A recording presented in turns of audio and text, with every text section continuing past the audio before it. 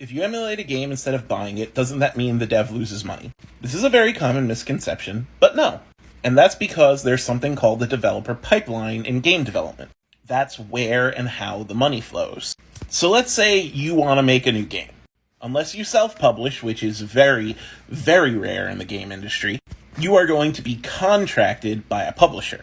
That publisher is going to give you a development budget. And that budget is going to cover the wages of everyone in your development team.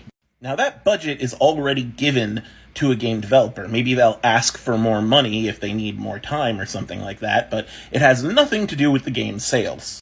By the time a game gets published and sold, the developers have already been paid. They very rarely, if ever, get residuals, which is to say, get more money if the game sells more.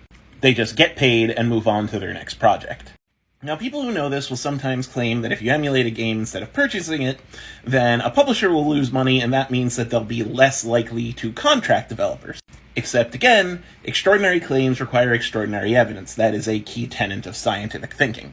And there has not been evidence of that. There has not been evidence of a publisher hurting for money as a direct result of emulation and thus not expanding their projects. But there has been evidence of emulation showing publishers that they are interested in games and creating new projects from it.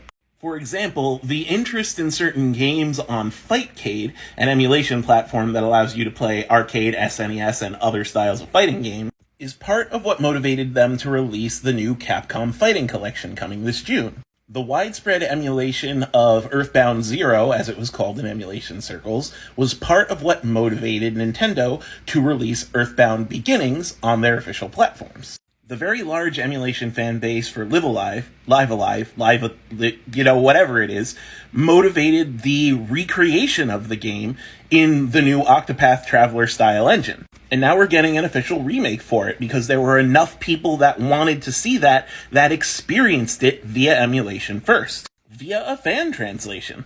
So there are lots and lots of examples of publishers using emulation to show that there is interest in a product and starting up new projects because of it.